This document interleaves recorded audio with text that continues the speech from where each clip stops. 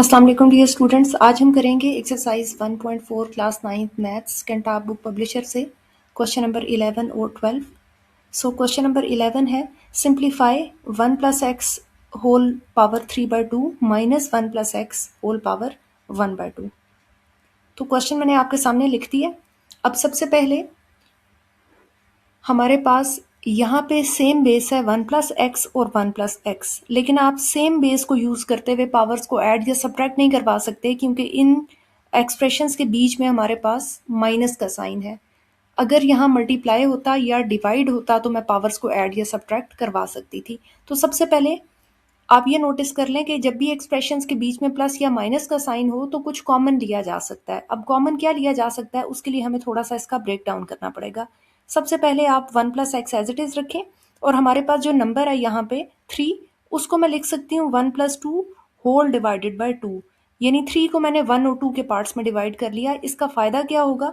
इसका फ़ायदा ये होगा कि जब मैं इस 2 को इस 1 के नीचे सेपरेट करूंगी और इस 2 के नीचे सेपरेट करूंगी तो इस 2 की 2 के साथ कुछ कटिंग हो जाएगी।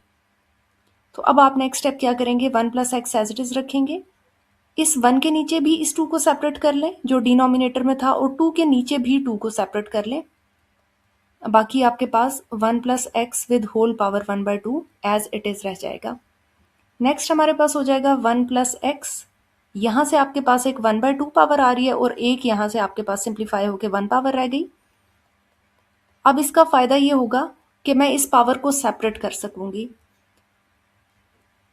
इस 1 प्लस एक्स के ऊपर 2 पावर्स ऐड हो रही हैं, इसका मतलब है कि ये 1 प्लस एक्स एक मरतबा 1/2 पावर के साथ था और यही 1 प्लस एक्स एक मरतबा 1 पावर के साथ था। और इस तरह से सेम बेस को यूज करते हुए हमने उस सेम बेस को एज अ सिंगल बेस यहाँ पे लिखा और पावर्स को ऐड अप करके ये स्टेप हमारा बना हुआ है। यानी पावर्स अगर ऐड हो रही हों तो वापस हम स्प्लिट करके 2 सेम बेसिस बना सकते हैं। उसके बाद आपका negative 1 plus x whole power 1/2 as it is रह गया। अब इस सारे ब्रेक डाउन का ये फायदा हुआ कि आपको जो टर्म सेम थी या जो एक्सप्रेशन सेम था वो नजर आ रहा है। X 1 plus x whole power 1/2 यहाँ पे भी प्रेजेंट है और यहाँ पे भी प्रेजेंट है। इसका मतलब है इसको मैं पूरे एक्सप्रेशन में से कॉमन निकाल सकती हूँ। So 1 plus x whole power 1/2 common निकलेगा और मेरे पास ब्रैकेट के अंदर 1 प्लस एक्स होल पावर 1 रह जाएगा माइनस ये पूरे का पूरा, क्योंकि आउटसाइड चला गया तो इसने अपनी जगह 1 छोड़ दिया है। नेक्स्ट हमारे पास इसका स्टेप क्या बनेगा? नेक्स्ट आपके पास 1 plus x whole power 1/2 as it is रहेगा। 1 प्लस एक्स को मैंने पावर के बगैर लिख दिया क्योंकि पावर 1 है तो मेंशन करना लाजमी नहीं है। यहाँ से +1 और -1 को कैंसिल आउट करें और अब आपके पास जो आपका सिंप्लीफाइड आंसर बचेगा वो होगा 1 plus x whole power 1/2 multiply by x. और इस एक्स को आप चाहें तो लेफ्ट हैंड साइड पे पहले लिख सकते हैं, इससे कोई फ़र्क नहीं पड़ता कि मल्टीप्लिकेशन में हम जो प्लेसेस हैं टर्म्स की वो आगे पीछे कर सकते हैं। तो एक्स मैंने पहले लिख लिया, 1 प्लस एक्स होल पावर 1/2 मैंने बाद में लिख दिया। इससे ज़्यादा ये आंसर सिंप्लीफाई नहीं होगा, यही इसका सिंप्लीफाइड आंसर है। नेक्स्ट ही हम स्टार्ट करेंगे क्वेश्चन नंबर 12 का first part. This is 32x power minus 6 y power minus 4z whole divided by 625 x power 4 y z power negative 4 with whole power 2/5। तो सबसे पहले हम नंबर्स को प्राइम फैक्टराइज करके पावर्स में कन्वर्ट कर लेते हैं ताकि पॉसिबली जहाँ जहाँ कटिंग हो सकती है वहाँ पे कटिंग हो जाए। सो 32 की फैक्टराइजेशन हम 2 से स्टार्ट करेंगे। 2 का टेबल 16 टाइम्स 32 को डिवाइड करेगा, देन 2 का टेबल 8 टाइम्स डिवाइड करेगा, देन 2 का टेबल 4 टाइम्स, 2 का टेबल 2 टाइम्स और 2 का टेबल 1 टाइम। इसका मतलब है कि 32 को हम लिख सकते हैं 2 पावर 5 क्योंकि ये 1 2 3 4 5 टाइम्स मल्टीप्लाई हो रहा है। इसी तरह से हम 625 की भी फैक्टराइजेशन कर लेते हैं।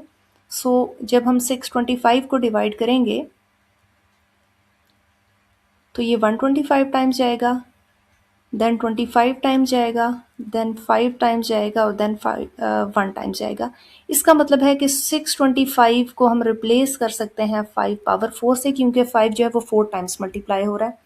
तो सबसे पहले मैंने 32 की जगह 2 पावर 5 लिखा, x power negative 6 as it is, y power negative 4 as it is, z as it is whole divided by 625 की जगह मैंने 5 पावर 4 लिख लिया, x power 4 as it is लिख लिया, y z पावर नेगेटिव 4 लिख लिया विद होल पावर 2/5। इसके बाद अब क्योंकि ब्रैकेट के अंदर पहले हम सोल्यूशन करेंगे फिर आउटसाइड द ब्रैकेट आएंगे, तो ब्रैकेट के अंदर ये हमें सेम बेस मिल रही है, इसी तरह ये भी हमें सेम बेस मिल रही है और ये भी हमें सेम बेस मिल रही है। तो सब सेम बेसेस को एज अ सिंगल बेस लिखेंगे और पावर्स को सब्ट्रैक्ट करवाते जाएंगे। 2 पावर 5 एज इट इज आएगा, 5 पावर 4 एज इट इज आएगा और अब आपके पास x as a single base आएगा और powers first power as it is रहेगी और इसमें से मैं माइनस कर दूंगी डिनोमिनेटर वाली पावर। इसी तरह वाइज में से मैं y power -4 as it is रखूंगी और -1 इसमें से लेस हो जाएगा। इसी तरह z power 1 as it is minus as it is और नीचे वाली पावर क्योंकि इट सेल्फ माइनस में है तो इसलिए मैं ये ब्रैकेट पुट कर रही हूँ।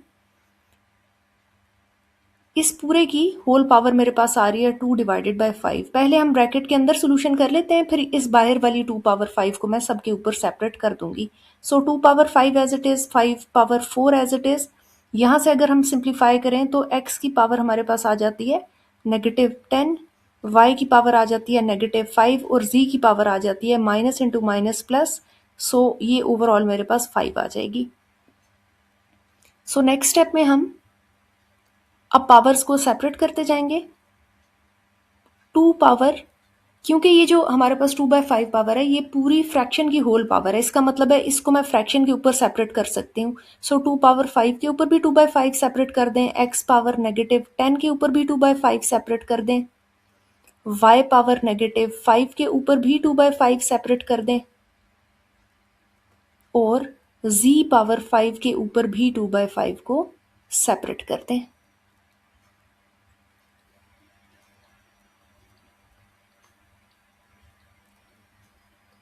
नेक्स्ट हमारे पास इसके डिवीजन में था 5 पावर 4, उसके ऊपर भी आप पावर को सेपरेट करेंगे, सो उसके ऊपर भी 2/5 एज इट इज आ जाएगा। नेक्स्ट आपको पता है कि पावर के ऊपर पावर हो तो पावर्स आपस में मल्टीप्लाई हो जाएंगी, यहाँ से कटिंग हो जाएगी। इसी तरह पावर के ऊपर पावर है, यहाँ पे कटिंग हो जाएगी, यहाँ पे भी कटिंग हो जाएगी और यहाँ पे भी कटिंग हो जाएगी। होल डिवाइडेड बाय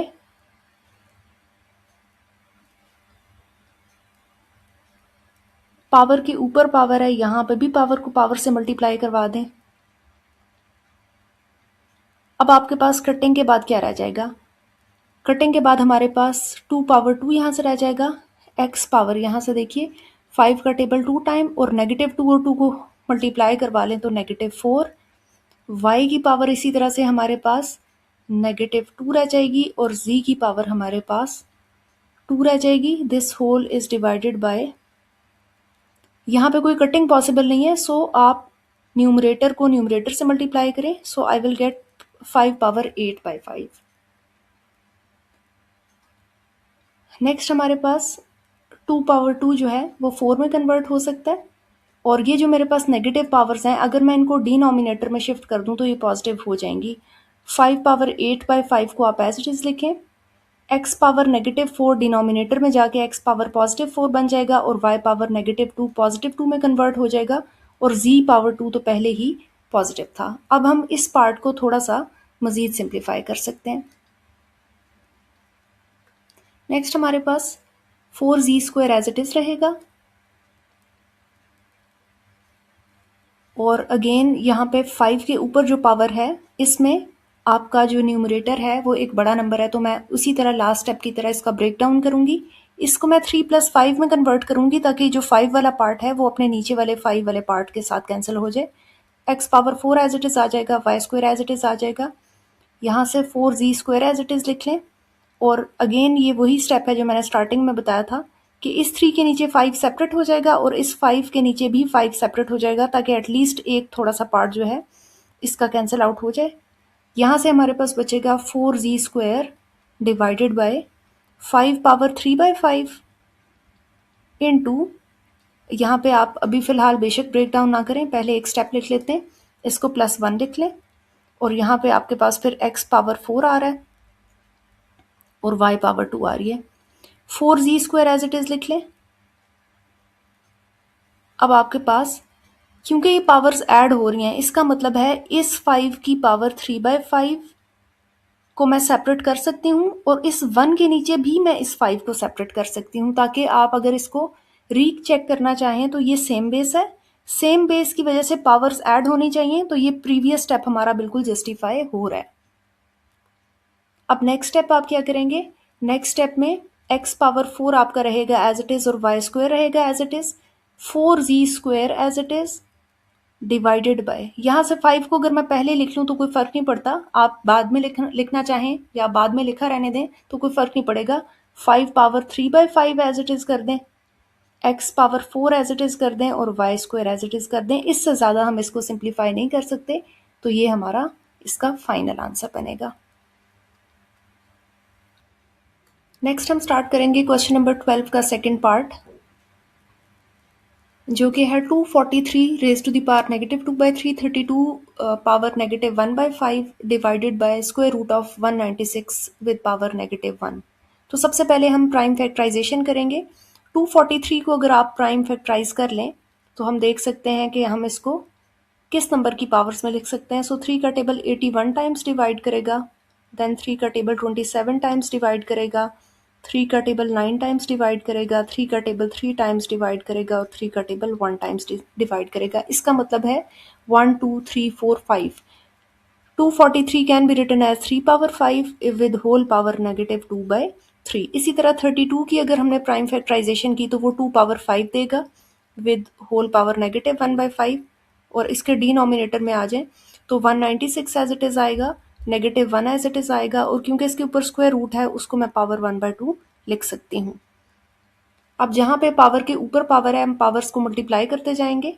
सो आपके पास यहाँ पे पावर के ऊपर पावर है तो पावर मल्टीप्लाई हो जाएगी, और यहाँ पे भी पावर के ऊपर पावर है सो पावर पावर से मल्टीप्लाई हो जाएगी, कुछ पार्ट कैंसिल आउट हो जाएगा। जबकि डिनोमिनेटर में भी पावर के ऊपर पावर है सो पावर्स आपस में मल्टीप्लाई हो जाएंगी।